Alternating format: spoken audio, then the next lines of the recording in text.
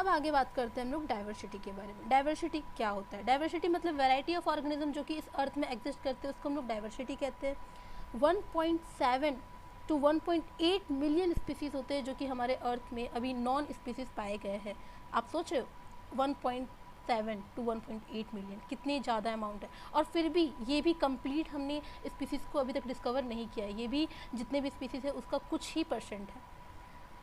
Diversity की बात करें तो हम लोग कहते हैं बायोडाइवर्सिटी, मतलब number of organisms and type of organism present on earth. जितने नंबर ऑफ ऑर्गेनिज्म हमारे अर्थ में प्रेजेंट उसको हम लोग कहते हैं बायोडाइवर्सिटी। हमारे अर्थ में कितनी बायोडाइवर्सिटी है? 1.7 टू 1.8 मिलियन स्पीसीज हमारे अर्थ में प्रेजेंट है, और जिसमें कि सबसे ज़्यादा प्रेजेंट होता है हेक्सापोडा। हेक्सापोडा इंसेक्ट होते हैं। Insects have very large species in all. सबसे बड़ा स्पीसीज इंसेक्ट का ही, सबसे ज़्यादा नंबर ऑफ स्पीसीज इंसेक्ट का ही हमारे अर्थ में पाया जाता है। फिर हम लोग बात करते हैं नॉमेनक्लेचर का। तो नॉमेनक्लेचर क्या होता है? Particular organism is known by the same name all over the world. अगर हम लोग बात करें 1.8 मिलियन स्पीसीज है हमारे अर्थ में, तो सबका क्या अलग अलग कंट्रीज़ में जहाँ अलग अलग लैंग्वेज है वहाँ अलग अलग सबका नाम होगा।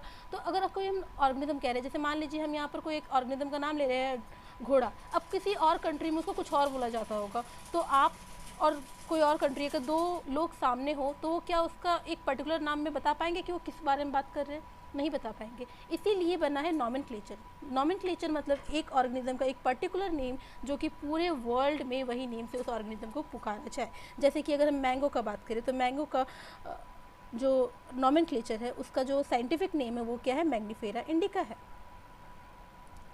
अगर हम लोग मैग्नीफेरा इंडिका कहें तो ये हम इंडिया ही नहीं, अगर हम वर्ल्ड के किसी भी कोने में हो तो वो समझ जाएगा कि मैग्नीफेरा इंडिका मतलब होता है मैंगो।